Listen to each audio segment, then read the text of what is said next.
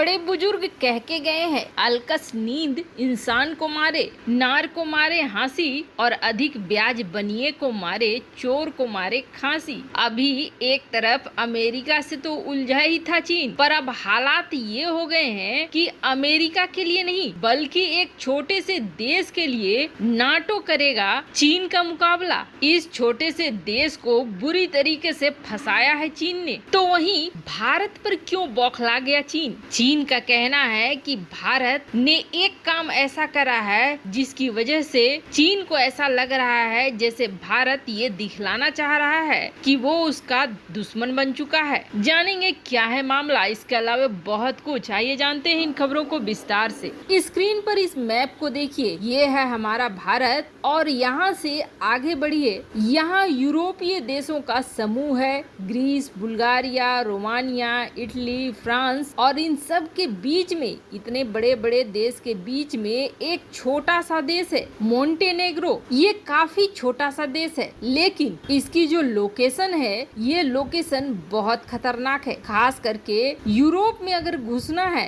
तो इससे बेहतर जगह और कोई नहीं हो सकता है। एड्रियाटिक सी के किनारे में बसा हुआ है, छोटा सा देश है, कमजोर देश है। इसकी पूरी अर्थव्यवस्था इस चीज पर टिकी हुई है कि कितने टूरिस्ट इस देश में आते हैं। पर जब से ये महामारी फैली है तब से टूरिस्टों का आना बंद हो गया, जो इस देश के लिए सबसे बड़ी समस्या खड़ा कर चुका है। और अब हालात ये हो गए हैं कि इस पूरे इलाके पे, इस देश के पूरे जमीन पे कोई देश है जो कब्जा करना चाहता है। अब ये मोंटेनेग्रो दौड़े दौड़े पहुंचा अपने दो साथियों के पास। एक तो ये यूरोप का हिस्सा है और यूरोपीय यूनियन का पार्ट है, वहीं दूसरा 2017 में ही ये नाटो का भी पार्ट बन चुका है। ये अपने दोनों संगठनों के पास भागा मदद के लिए। साथ ही साथ नाटो का सदस्य होने की वजह से अमेरिका के पास तो इसे भागना ही था, क्योंकि इसके पूरे देश पर कब्जे की बात चल रही है। अब मोंटेनेग्रो की ये हालत कैसे हुई तो आपको बता दें, बिल्कुल मोंटेनेग्रो ने एक ऐसे सपने को देख लिया जो संभव ही नहीं था। और सपना दिखाने वाला वही फेमस कर्ज वाला जादूगर चीन है, जिसने इसे ये सपना दिखाया कि चलो 270 माइल का एक हाईवे बनाते हैं जो मोंटेनेग्रो के पोर्ट ऑफ बार्थ से लेकर एड्रियाटिक सी से बेलग्रेड और सर्बिया तक जोड़ेगा। अब ये जो प्रोजेक्ट था, ये प्रोजेक्ट बिल्कुल पहाड़ी इलाकों से जाना था। इस हाईवे के एक बड़े सेक्शन को पूरे पहाड़ी वाले इलाके से होकर गुजरना था। अब चीन की चालाकी देखिए, चीन ने इसके लिए $1 बिलियन का कर्जा दिया और उसके बाद उसने ये कॉन्ट्रैक्ट साइन करवाया कि अगर तुम कर्जा नहीं लौटा पाए तो हम तुम्हारी जमीन पर कब्जा कर लेंगे। आगे सुनिए, चीन ने ये कहा कि ये प्रोजेक्ट पूरी हमारी कंपनी ही करेगी, यानी चीनी कंपनी, और इसमें जो मजदूर लगेंगे वो भी हमारे लगेंगे, चीन से आएंगे। पैसा कर्जा दिया चीन ने, अपनी ही कंपनी को पेमेंट भी करवाया और अपने ही मजदूरों को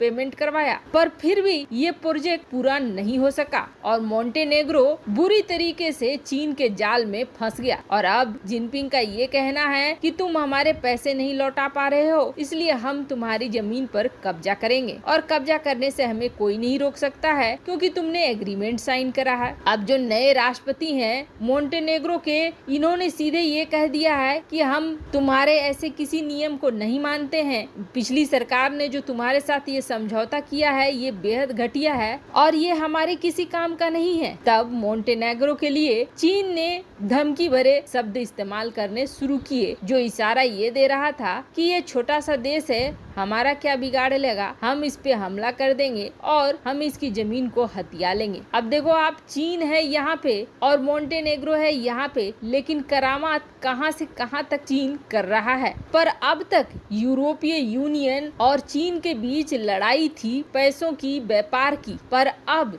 यहाँ पे मामला बुरी तरीके से बदल गया है और अब नाटो संगठन, यूरोपीय यूनियन यहाँ पर एक्टिवेट हो गए हैं। यूरोपीय यूनियन से लेकर नाटो तक का यही कहना है कि नहीं, कब्जे की बात तो गलत है, कब्जा तो होना ही नहीं चाहिए। अब यूरोपीय यूनियन एक तो सदस्य देश होने की वजह से मोंटेनेग्रो के साथ खड़ा हो रहा है, तो वहीं दूसरा इस इलाके में चीन की एंट्री होने का मतलब है ग्रीस के लिए, फ्रांस के लिए, इटली के लिए एक बहुत बड़ी समस्या शुरू होना, क्योंकि यहाँ उसे तुर्की का साथ भी मिल जाएगा। अब ये देश सीधे ये कह रहे हैं कि ये जमीन कब्जाने वाली बात बिल्कुल गलत है और हम इसके लिए एक्शन के लिए तैयार हैं। वहीं मोंटेनेग्रो दूसरे ऑप्शन को भी ढूंढ रहा है और इस ऑप्शन में कहा यह जा रहा है कि यूरोपीय यूनियन और अमेरिका का कोई बैंक है जो उतना ही लोन जितना लोन उसने चीन से लिया है उसे दे रहा है लोन के रूप में, ताकि वो लौटा दे और चीन के